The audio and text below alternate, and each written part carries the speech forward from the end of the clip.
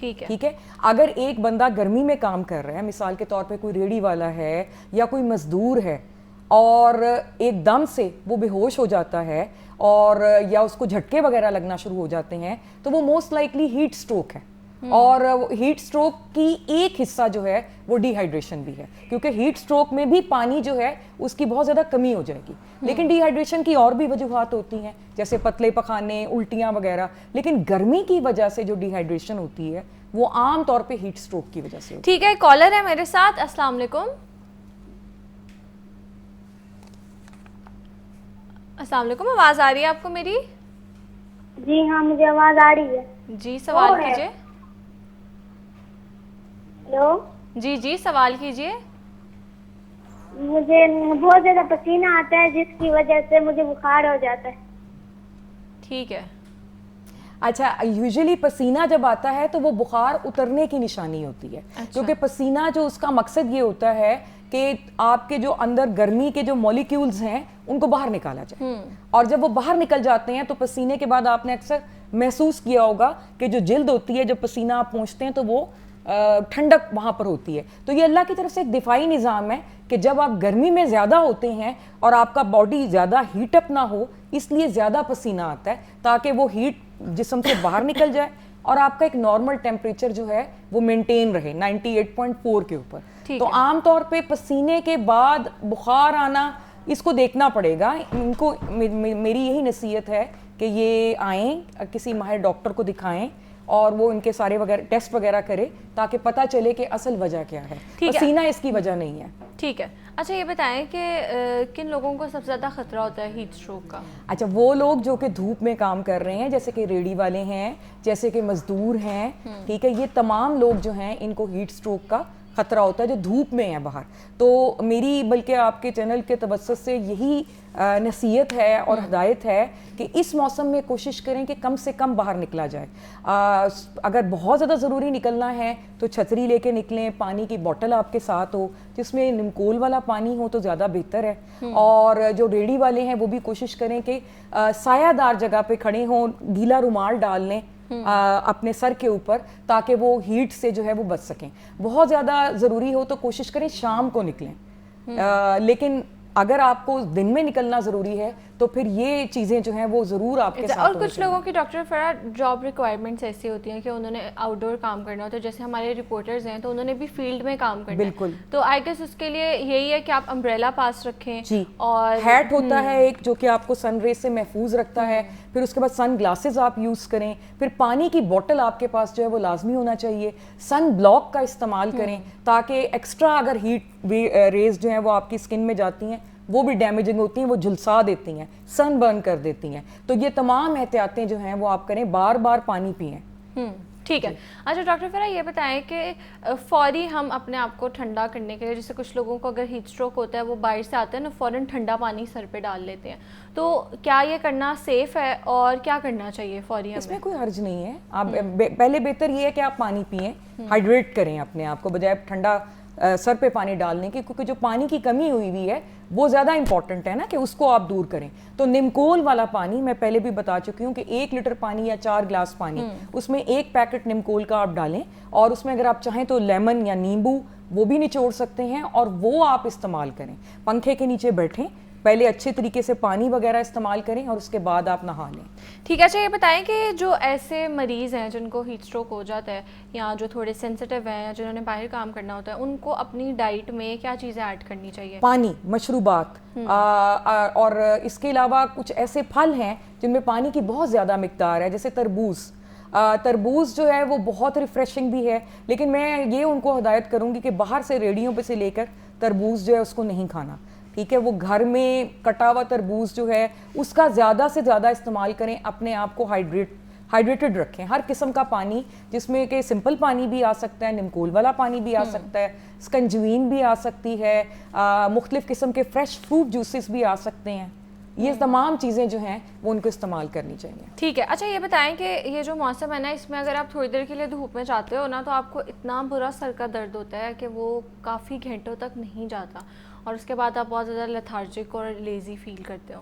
تو اس میں کیا کرنا چاہیے اور یہ ہوتا کیوں ہے؟ وہ اسی لیے ہوتا ہے کہ جب آپ دھوپ میں جاتے ہیں تو آپ کی سویٹنگ ہوتی ہے جو کہ ایک باڈی کا ڈیفنس میکنزم ہے. پسینہ آنا وہ ٹیمپریچر کو نارمل کرنے کے لیے آپ کو اللہ میاں کی طرف سے آتا ہے, آنا چاہیے, لیکن اس پسینے کے ساتھ پانی بھی ضائع ہو رہا ہے اور نمکیات بھی ضائع ہو رہے ہیں. اب اگر آپ اس کو ریپلیس نہیں کریں گے پانی سے یا نمکول والے پانی سے تو آبویسلی آپ کا جسم جو ہے وہ تھکاوٹ کا شکار ہو جائے گا اور آپ کے سر میں بھی درد ہوگی, اور یہ سارا کچھ اس کی علامات ہیں کہ نمکیات جو ہیں وہ آپ کے جسم سے ڈپلیٹ ہو گئے ہیں, ختم ہو گئے ہیں, ان کو ریپلیس کیا جائے تبھی آپ ایکٹیو ہوں گے. اچھا, اگر کسی کو یہ مسئلہ ہے کہ ان کی باڈی بہت ہیٹ اپ رہتی ہے, بہت وارم رہتی ہے, تو ان کی ڈائٹ کیا ہونی چاہیے, کیا چیزیں ایڈ کریں؟ جیسے اسپیشلی یہ جو موسم ہے اس میں تو یہ مسئلہ ہوتا ہے. میں نے وہی آپ کو بتایا کہ اس میں پانی, جوسز, مشروبات کا استعمال, نمکول والا پانی, اس کے علاوہ پھلوں میں تربوز میں بہت زیادہ ریکمینڈ کروں گی, فالسے کا جوس, آم کا جوس, یہ سارے جوسز اور پینے والی چیزیں جو ہیں نا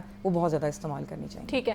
اچھا, باہر جو یہ موسم ہے نا اس میں ہم دیکھتے ہیں جگہ جگہ نا وہ لگے ہوتے ہیں, کارنرز بنے ہوتے ہیں ان کے, جیسے املی آلو بخارے کا شربت یا گنے کا رس, تو کیا یہ سیف ہے اور یہ کنزیوم کرنے چاہیے؟ وہ سیف نہیں ہے کیونکہ اس کی وجہ یہ ہوتا ہے کہ وہ عام طور پر انہوں نے کھلا رکھا ہوتا ہے. کھلا نہ بھی رکھا ہونا تو ہمیں نہیں پتا کہ انہوں نے کتنی صفائی رکھی ہے, ہاتھ دھو کے بنایا ہے یا نہیں بنایا ہے. اور اس موسم کے اندر جو جراثیم ہے وہ بہت تیزی کے ساتھ افزائش پاتے ہیں. گرمی میں جراثیم بہت تیزی کے ساتھ افزائش پاتے ہیں, سردی میں ان کی افزائش کم ہوتی ہے. تو کوشش یہی کریں کہ گھر سے اچھے طریقے سے ہاتھ دھو کے تازہ جوس یا پھل کٹا ہوا, اچھا کٹا ہوا پھل بھی دیر تک نہیں رکھنا, یہ نہیں کہ آپ نے تربوز کاٹ دیا اب اگلے دن یا 2 دن کے بعد آپ کھا رہے ہیں, یہ بڑی جلدی خراب ہوتا ہے. تو تازہ کٹا ہوا فوری طور پہ آپ اس کو استعمال کریں. ٹھیک ہے, ایک اور کالر ہے میرے ساتھ. السلام علیکم.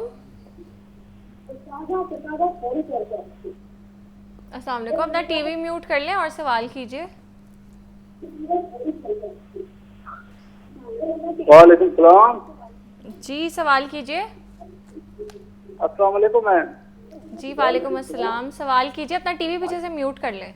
میم یہ بات کر رہا ہوں شہوال سے. جی اچھا میم, میری امی کو جو ہے نا بلڈ پریشر کو بہت مسئلہ ہے, تو ان کے لیے فروٹ کون سا اچھا ہے؟ ٹھیک ہے, کہہ رہے بی پی کا مسئلہ ہے ان کی والدہ کو, تو فروٹ کون سا اچھا ہے ان کے لیے؟ آپ بی پی کے لیے صرف عام طور پہ ہم کہتے ہیں کہ ایکسٹرا نمک چھڑک کے نہ کھائیں, نمک ذرا کم کریں. باقی بی پی کے لیے کوئی بھی فروٹ وہ استعمال کر سکتی ہیں اگر ان کو شوگر کا مسئلہ نہیں ہے. شوگر میں ہم عام طور پہ آم اور کھجور اس سے منع کرتے ہیں, لیکن بلڈ پریشر کے مسئلے میں صرف نمک چھڑک کے, جس طرح تربوز پہ لوگ اکثر کالا نمک چھڑک کے کھا رہے ہوتے ہیں یا اس طرح سے, وہ بس منع ہے. باقی فروٹ کوئی بھی وہ کھا سکتے ہیں. اچھا, یہ تو ہم بی پی کے پیشنٹس کی بات کریں, ویسے اگر فروٹس پہ یہ جو نمک چھڑک کے ہم کھاتے ہیں یہ سیف ہوتا ہے؟ اس میں کوئی حرج نہیں ہے. اگر ایک بندے کو بلڈ پریشر نہیں ہے تو نمک چھڑک کر آپ کھا سکتے ہیں. ٹھیک ہے. اچھا ڈاکٹر فرح, گرمیوں میں نا بھوک نہیں لگتی اتنی زیادہ, اور بس آپ کا دل کرتا ہے کہ آپ جوسز پیو اور پانی زیادہ سے زیادہ پیو اور ٹھنڈی چیزیں کھانے کا اور پینے کا دل کرتا ہے, فروٹس بھی کھانے کا دل کرتا ہے اس موسم میں. تو اگر ہم بہت زیادہ جوسز پئیں گے, اس سے یہ تو نہیں ہوگا کہ ہمارا جو شوگر لیول ہے, بلڈ شوگر ہے, وہ انکریز ہو جائے گا؟ نہیں, نارمل انسان کے اندر وہی بات ہے جس طرح نارمل آدمی کے اندر اللہ تعالیٰ نے درجہ حرارت ایک نارمل رکھنے کا ایک پورا میکنزم بنایا ہوا ہے, اسی طرح شوگر کا بھی ایک میکنزم. آپ نے اگر مٹھائیاں بھی کھا لی ہیں نا ایک نارمل انسان نے, فوراً آپ کے جسم میں ایک رطوبت خارج ہوگی جس کو انسولین کہیں گے, اور وہ اس شوگر کو کنٹرول کر لے گی نارمل آدمی میں. لیکن ایک شوگر کا جو مریض ہے اس میں انسولین نہیں ہے, تو لہٰذا شوگر زیادہ ہو جائے گی. تو اس سے کوئی فرق نہیں پڑتا کہ آپ کتنا میٹھا لے رہے ہیں, اگر آپ نارمل ہیں, آپ کی انسولین ٹھیک پروڈیوس ہو رہی ہے تو وہ آپ کے شوگر کو سنبھال لے گی. لیکن اس کے ساتھ یہ ہے کہ وہ ایکسٹرا شوگر جو بہت زیادہ مقدار میں آپ نے لی ہے وہ چکنائی کی شکل میں آپ کے جسم میں جمع ہو جائے گی, یعنی موٹاپا کرے گی, تو وہ ظاہر ہے ایک اچھی چیز نہیں ہے. جہاں تک آپ کی دوسرے سوال کا بات ہے کہ تعلق ہے کہ آپ کہہ رہی ہیں کہ پانی پینے کو دل کرتا ہے, تو وہ ایک نیچرل اللہ کی طرف سے ایک کریونگ ہوتی ہے, بھوک نہیں لگتی کیونکہ پانی کی کمی ہوتی ہے نا ہمارے اندر, ہمیں پانی زیادہ چاہیے ہوتا ہے گرمیوں میں سردیوں کے مقابلے میں, تو پیاس زیادہ لگتی ہے, دل کرتا ہے اسی چیز کو. اب جب آپ پانی پی لیں گے تو obviously بھوک تو نہیں لگے گی نا, میدا تو آپ کا پانی سے ہی فل ہو گیا, جس چیز کی زیادہ ریکوائرمنٹ ہے اسی کی کریونگ ہوگی آپ کو. تو یہ اللہ کی طرف سے ایک ہمارے جسم کے اندر یہ نظام ہے جو کہ ایک بہت آئیڈیل طریقے سے جو ہے وہ چل رہا ہے. ٹھیک ہے، تو آج ہم بات کر رہے تھے ہیٹ اسٹروک کے حوالے سے، جو کرنٹ ہیٹ ویو کا جو الرٹ بھی جاری کر دیا محکمہ موسمیات نے، تو آپ اس میں کس طرح احتیاط کر سکتے ہیں، اور اگر باہر نکل رہے ہیں تو کیا کیا چیزیں آپ کریں اور مشروبات کا بھی استعمال کریں. میرے ساتھ موجود تھیں doctor Faraz Sadiq. Thank you so much for your time. ابھی آ لیں گے ایک بریک کے بعد دوبارہ ملتے ہیں.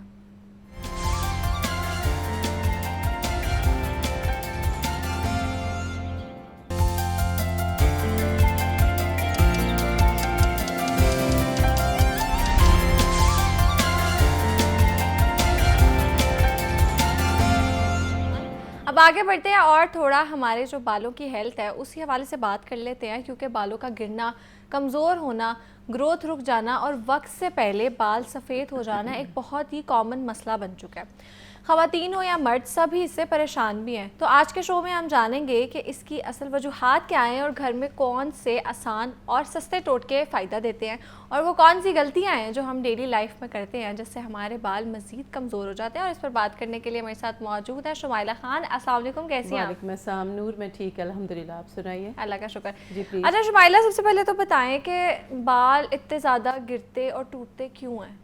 بالوں کے گرنے کی سب سے بڑی وجوہات جو ہے نا، ہمارا لائف سٹائل بھی ہوتا ہے اور اس کے علاوہ ہماری ڈائٹ. مین چیز ہماری ڈائٹ ہے. اٹ سیم لائک دیٹ، جیسے کہ آپ ایک پلانٹ لے کر آتے ہیں، اگر آپ اسے کھاد نہیں ڈالتے، پانی نہیں ڈالتے، اس کی کیئر نہیں کرتے، تو آپ ایک معمولی سے آپ یہ دیکھیں کہ وہ بھی گرو نہیں ہوتا. اٹ سیم لائک دیٹ، یہ بہت سینسٹیو ہوتے ہیں، ہماری اسکن اور ہمارے ہیئرس یہ بہت سینسٹیو ہیں. تو اگر اب ہم ان کی کیئر نہ کریں تو پھر اس کا یہ افیکٹ ہوتا ہے. اور سیکنڈ یہ کہ آج کل جتنی پریشانیاں اور جتنی ڈپریشن ہے، اسٹریس ہے، اور پھر جتنا بھاگ دوڑ ہے، یہ سارا کچھ، تو اس کی وجہ سے ہمارے جو ہے نا بالوں پہ بڑا اس کا افیکٹ ہوتا ہے. ٹھیک ہے. پانی کی کمی بھی مین وجہ ہے. آپ یہ ذہن میں رکھیں کہ اگر آپ نے ویزیبل رزلٹ دیکھنا ہے ود ان 10 اور 20 ڈیز، تو میں بار بار اس پہ فوکس کروں گی کہ کائنڈلی آپ پانی زیادہ سے زیادہ پئیں. ٹھیک ہے. اچھا شمائلہ، اکثر لوگ ہوتے ہیں وہ یہ شکایت کرتے ہیں کہ ان کے بالوں کی گروتھ رک جاتی ہے. جی. مطلب بہت عرصے سے وہ کہتے ہیں کہ ان کے بال بڑھ ہی نہیں رہے، ایک ہی جگہ پہ مطلب بالکل سٹاپ ہو گئے ہیں. تو وہ ایسا کیوں ہوتا ہے؟ میں اس کی وجوہات یہی ہے کہ آپ کی ڈائٹ صحیح نہیں ہوئی. آپ پروٹین نہیں لے رہے، آپ وائٹامن ڈی نہیں لے رہے، آپ وائٹامن بی نہیں لے رہے. آپ جب یہ چیزیں نہیں لیں گے، اور پھر اکثر یہ ہوتا ہے کہ آپ کے ہارمونز چینج یا ان کے جو ہے آپ ٹیسٹ کرائیں کہ اگر اس میں کچھ آپ کے ہے، ڈاکٹر آپ کو کچھ بتاتا ہے تو دین سب سے پہلے وہ چیک کروائیں. آپ کا ٹیسٹ، میڈیکل ٹیسٹ ایک مسٹ ہونا چاہیے کہ اس کی بیسک وجہ کیا ہے. اگر کوئی ایسی وجوہات نہیں ہیں تو دین آپ کو میں بتاؤں کہ آپ ڈائٹ اور اس کی کیئر، اس سے آپ بہت جلدی اپنے ہیئر گرو کر سکتے ہیں. تو ہاں جی ٹھیک ہے. اچھا ٹھیک ہے شمائلہ، یہ بتائیں کہ یہ بھی آپ کو پتہ ہی ہوگا کہ مسئلہ لڑکوں میں بھی بڑا عام ہے اور لڑکیوں میں بھی، کہ ان کے بال بہت ہی چھوٹی ایج میں سفید ہونا شروع ہو جاتے ہیں. تو ایک تو بتائیں کہ اس کی ریزنز کیا ہیں، اور اس کے لیے کوئی ٹوٹکا بھی بتائیں. اس کی ریزن ایک تو ہمارے جو آپ نے پتہ ہے ڈفرینٹ شیمپوز ہیں، بچوں کو نہیں پتہ کیا یوز کرنا ہے کیا نہیں. ہم لوگوں کے پہلے ہماری نانی دادیاں جو تھیں، ان کے آپ یہ دیکھیں کہ اب تک بال لمبے، گھنے اور کالے تھے. اس کی بیسک وجہ یہ تھی کہ پہلے لوگ جو تھے نا نیچر کے زیادہ نزدیک تھے. ٹھیک ہے. آملہ، ریٹھا، سیکاکائی، ان سے بال دھونا.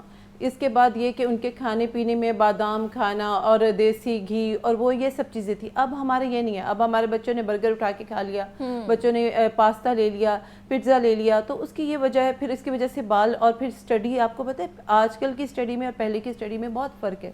تو بچوں پہ یہ اسٹریس اور یہ برڈن جو ہوتا ہے، اس کی وجہ سے بھی آپ یہ دیکھیں کہ بچوں کے جو بال ہیں وہ بہت جلدی وائٹ ہو رہے ہوتے ہیں. ٹھیک ہے. اچھا تو ہم کچھ لوگ کلر نہیں کروانا چاہتے نا، اور مطلب اتنی چھوٹی ایج میں پرمیشن بھی نہیں ملتی. تو بتائیں وہ کیسے ریورس کر سکتے ہیں کیا اس پروسیس کو جو گرینگ کا ہے؟ اتنا اس میں جو ہے نا، جو ہمارے آرگینک، اس میں ایسا ابھی تک کوئی وہ نہیں ہے کہ بہت جلدی آپ کے بال جو ہے وہ بلیک ہو جائیں گے یا آپ کا کلر چینج ہو جائے گا. ہاں اس کا جو ہے روک سکتے ہیں آپ اس کو. آپ اگر چاہیں تو آپ میتھی دانہ، جیسے یہ ہے میتھی دانہ، ٹھیک ہے، میتھی دانہ لے لیں. آپ کلونجی لے لیں. کلونجی جسے آپ اس میں موت کے علاوہ جو ہے اس میں ہر چیز کا شفا ہے. حضور پاک صلی اللہ علیہ وآلہ وسلم نے فرمایا. تو یہ جو ہمارے کلونجی ہے نا، آپ اس کو آپ بچوں کے آپ یہ کریں کہ گرم مسالے کے ڈبہ جو مائیں دیکھ رہی ہیں مجھے،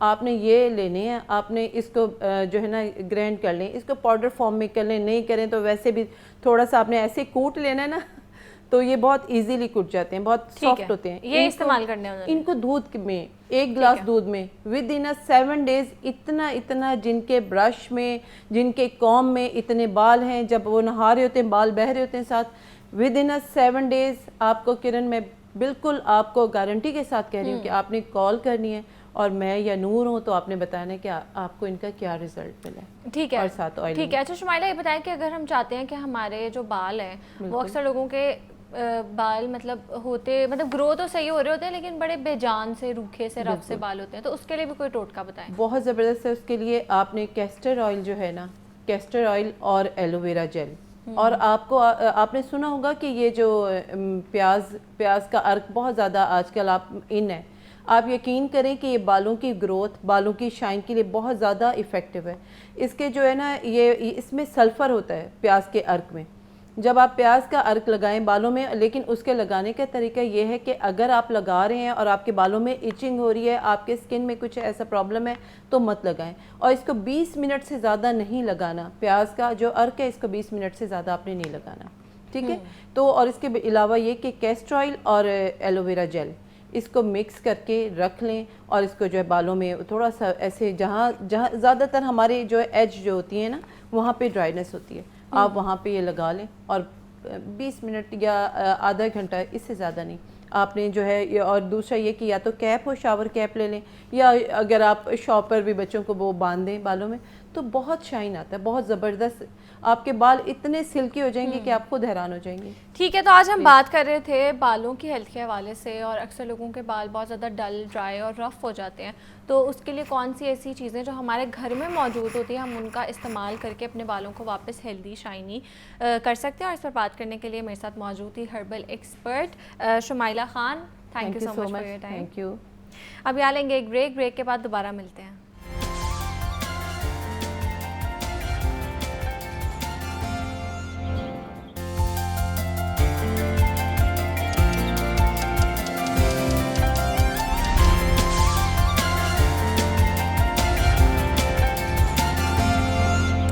ویلکم بیک. آگے بڑھتے ہیں اور بات کریں گے کہ 2025 اور 2026 کی رپورٹس کے مطابق پاکستان میں خواتین کے خلاف تشدد کے جو کیسز سامنے آئے ہیں, اس میں اغوا کے سالانہ 24,000 کیسز, غیرت کے نام پر قتل کے 400 سے 500, ریپ کے 5,000, تیزاب پھینکنے کے 40 سے زائد کیسز اور ونی کے سینکڑوں غیر رپورٹڈ کیسز ہیں. ابھی حال ہی میں کوئٹہ میں ایک لیڈی ڈاکٹر پر ڈیوٹی کے دوران تیزاب پھینک دیا جاتا ہے, اور ایک اور کیس میں گھر میں سوئی ہوئی خاتون پر حملہ ہوتا ہے, اور پھر ونی جیسے واقعات جہاں ایک 14 سالہ لڑکی کو تنازع کے بدلے زبردستی شادی کے لیے دے دیا جاتا ہے. 2026 میں بھی پاکستان میں خواتین مکمل طور پر محفوظ نہیں. قوانین موجود ہیں, عدالتیں بھی ہیں, لیکن پھر بھی سوال وہی ہے کہ یہ سب کب رکے گا. اور آج اسی حوالے سے بات کریں گے, اور اس پر بات کرنے کے لیے میرے ساتھ موجود ہیں لا ایکسپرٹ چودھری نصیر کمبو صاحب. السلام علیکم, کیسے ہیں؟ وعلیکم السلام. جی اللہ کا شکر ہے. اور ساتھ ساتھ میرے ساتھ سائیکالوجسٹ موجود ہیں حنا فاطمہ. السلام علیکم, کیسی ہیں آپ؟ وعلیکم السلام, الحمدللہ آئی ایم گڈ. اچھا, سب سے پہلے تو یہ بتائیں کہ چودھری نصیر صاحب, آج کل ہم دیکھتے ہیں بڑی خطرناک اور بہت ہی مطلب بیان نہیں کر سکتے آپ جس طرح کے کیسز ہو رہے ہیں کہ ہاسپٹل میں کیسز ہیں, پھر آپ اپنے گھر میں محفوظ نہیں ہو, آپ کو اپنے گھر میں مار دیا جاتا ہے, ماں باپ اپنے بچوں کو دے دیتے ہیں کوئی تنازع کے بدلے میں, بچیوں کی شادی کرا دیتے ہیں. تو یہ جو کیسز ہیں اتنے زیادہ بڑھ رہے ہیں, تو کیا کر رہے ہیں, مطلب ہمارے قانون نافذ کرنے والے ادارے کیا کریں؟ کیونکہ میں خود ہی یہ کویسچن نہیں کر پا رہی صحیح سے, کیونکہ آپ جب انسٹا کھولتے ہو آپ یہ چیزیں دیکھتے ہو اور بہت ہی برا فیل کرتے ہو. اور یہ جو ٹریجڈی ابھی کوئٹہ میں ہوئی ہے, پھر اس کے علاوہ ایک خاتون کو مار دیا گیا, تو مجھے تو الفاظ ہی نہیں ہے میرے پاس. تو کیا قوانین موجود ہیں اور کیوں نہیں ان پہ عمل درآمد ہو پا رہا؟ جی بسم اللہ الرحمن الرحیم. بہت شکریہ میڈم. اس پہ کوئی شک نہیں ہے کہ پاکستان میں خواتین کی پروٹیکشن کی بابت بہت زیادہ قوانین ہیں. آپ دیکھ لیں پاکستان پینل کوڈ میں خواتین کو اگر وراثتی رائٹ سے محروم کیا جاتا ہے تو وہ بھی قانون بنا دیا گیا ہے 498A PPC, جس میں 10 سال تک سزا ہے. پھر اسی طرح جو ہے خواتین کو کی جبراً شادیاں کر دی جاتی ہیں, اس کی بابت بھی اس کو اوفینس ڈکلیئر کیا گیا ہے, اور یہ 498B ہے. اور اس میں بھی سزا 7 سال تک ہے. اور اسی طرح خواتین کی قرآن پاک سے شادی کر دی جاتی ہے اور ان سے کمٹمنٹ لی جاتی ہے وراثت بچانے کے لیے کہ جی آپ شادی نہیں کرو گی. اور اسی طرح خواتین جو ہیں وہ ان پہ آپ نے جیسے انٹرو میں بتایا کہ تیزاب پھینکنے کے واقعات جو ہیں وہ بہت زیادہ ہیں. اور یہ کوئٹہ والا معاملہ جو ہے ایک لیڈی ڈاکٹر پہ تیزاب پھینک دیا گیا, یہ بھی پاکستان پینل کوڈ کا سیکشن 336A ہے جس میں تیزاب پھینکنا جو ہے وہ اس کو جرم ڈکلیئر کیا گیا اور اس کی سزا بھی منیمم 14 سال اور زیادہ سے زیادہ عمر قید ہے اور اس میں 1 ملین سزا بیان کی گئی ہے. اسی طرح یہ بدلے صلح میں بچیوں کو دے دیا جاتا ہے, ونی کر دیا جاتا ہے, سوارا کر دیا جاتا ہے. اور جب بھی کوئی معاملہ ڈسپیوٹ, کوئی قتل کی صلح ہوتی ہے اس میں یا دیگر معاملات میں جرگہ کے ذریعے جو ہے وہ بچیوں کو یا چھوٹی عمر کی بچیوں کو ان کی مرضی کے بغیر شادیاں کر دی جاتی ہیں. اس میں بھی پاکستان پینل کوڈ میں سیکشن 310A ہے جس میں جو ہے وہ 7 سال تک سزا ہے اور 5 لاکھ روپے تک جرمانہ ہے. ابھی جو کوئٹہ میٹر انسیڈنٹ رپورٹ ہوا ہے نا, اس سے ایک دن پہلے سپریم کورٹ آف پاکستان نے ایک ججمنٹ دی اسی تیزاب پھینکنے کے کیس میں. فیصل آباد میں میٹر رپورٹ ہوا تھا, خاتون پہ جو ہے وہ تیزاب پھینک دیا گیا تھا اور وہ ججمنٹ میں بھی جو ہے وہ اس کو عمر قید کی سزا سنائی گئی اور وہ سزا جو ہے وہ سپریم کورٹ تک اپ ہیلڈ رہی. اور لارڈشپ مسٹر جسٹس ہاشم خان کاکڑ صاحب کی سربراہی میں یہ 3 رکنی بینچ نے فیصلہ کیا. اور یہ تیزاب کے معاملات میں جو پھینک دیا جاتا ہے عورتوں پہ, ان کی وجوہات بہت ساری ہوتی ہیں کہ خواتین جو ہیں وہ اپنی مرضی کر لیتی ہیں شادی کرنے میں, یا جو ہے وہ ڈومیسٹک وائلنس کے معاملات میں آ کے تیزاب پھینکے جاتے ہیں, یا جو ہے وہ مثلا یہ بھائیوں کی طرف سے پھینکا جا سکتا ہے, خامد کی طرف سے بھی ہو سکتا ہے, سٹرینجر کی طرف سے بھی ہو سکتا ہے. اس میں عدالت نے نہ کچھ سفارشات اور کچھ ریکمنڈیشن جو ہے وہ لیجسلیٹر کو جو ہے نا اس ججمنٹ کے ذریعے بھیجی ہیں. اس میں مثلا عدالت نے یہ جو جتنے کیسز ہیں, میں نے بتایا جتنے جرائم ہیں, یہ سارے بڑی سزاؤں والے ہیں, ناقابل راضی نامہ ہیں. اور اس میں قانون میں ایک لیجسلیٹر نے ٹائم میعاد دی ہے, وہ ٹائم میعاد کے اندر چیزیں اگر نہیں ہوتی تو پھر جو ہے وہ لینتھی پروسیجر, تفتیش کا لینتھی پروسیجر, ٹرائل کا لینتھی پروسیجر اور تاریخیں پڑتی ہیں لمبی لمبی. تو قانون نے جو ہے وہ اینٹی ریپ ایکٹ میں بتا دیا گیا کہ اگر خواتین کے ساتھ ریپ کے میٹر رپورٹ ہوتے ہیں تو 4 مہینے میں فیصلہ ہو, یا غیرت کے نام پہ کاروکری کے نام پہ جو قتل ہوتا ہے اس کو فساد فی الارض ڈکلیئر کیا ہے کہ اس میں اس کو ناقابل راضی نامہ جرم قرار دیا ہے کہ اگر اس میں غیرت کے نام پہ قتل پہ, کیونکہ گھر والوں نے ماری ہوتی ہے, وارثان ہی راضی نامہ کر لیں. تو اب یہ کہہ دیا ہے کہ 311 PPC میں کہ اگر وارثان راضی نامہ کر بھی لیں تو لائف امپریزنمنٹ کی سزا جو ہے وہ عدالت دے سکتی ہے. تو میں بات کہہ رہا تھا کہ یہ تیزاب کے معاملات میں عدالت کی کیا سفارشات ہیں. بیسیکلی عدالت نے فرمایا کہ ایک تو کیسوں کے فیصلے جو ہے نا, جو اینٹی ریپ ایکٹ میں 4 مہینے کا میعاد دی گئی ہے, تو 336 یہ جو جرم ہے تیزاب پھینکنے والا 336A اور B یہ بھی اسی میں شامل ہے. تو اس کا مطلب ہے ان کیسوں کے فیصلے 4 مہینے میں ہونے چاہیے. یہ سمری ٹرائل ہے اور یہ اپیلوں میں یا تفتیش میں جو ہے ٹائم میکسیمم جو ہے وہ منیمم ٹائم جو ہے کنزیوم کیا جائے. اور دوسرا اس میں عدالت نے یہ بھی آبزرو فرمایا کہ یہ جو تیزاب جن پہ پھینکا جاتا ہے نا, یہ جرم جو ہے یہ مرڈر سے بھی زیادہ ہینیس ہے. مرڈر میں تو یہ فرمایا کہ ایک بندے کی ڈیتھ ہو جاتی ہے, وہ قبر میں چلا جاتا ہے, لیکن تیزاب والا جو ہے اس کے بعد اس کی سروائیول جو ہے وہ بڑے مسائل ہیں. وہ معاشرے میں جو ہے وہ معاشرے کو نہیں فیس کر سکتا, یا وہ جو ہے وہ معاشرے میں اپنا پراپر رول ادا نہیں کر سکتا, وہ اس کی محتاجی ہو جاتی ہے. تو اس کے لیے عدالت نے ریکمنڈیشن دی ہے کہ ان کی ریہیبلیٹیشن کے لیے ایک فنڈ جنریٹ کرنا چاہیے. بنگلہ دیش کا حوالہ دیا, دیگر ملکوں کا حوالہ دیا. اور اسی طرح عدالت نے اس میں فرمایا کہ ان کا علاج معالجہ جو ہے وہ ریاست کو ترجیح بنیادوں پہ ہونا چاہیے. ان کی سرجریز ہوتی ہیں یا جو برن کے جو ہے ایشوز ہوتے ہیں وہ سب سے زیادہ کمپلیکیٹڈ سرجریز ہوتی ہیں, اور اس کے بعد ان کا سٹائپنڈ جو ہے ان کا وظیفہ مقرر کیا جائے.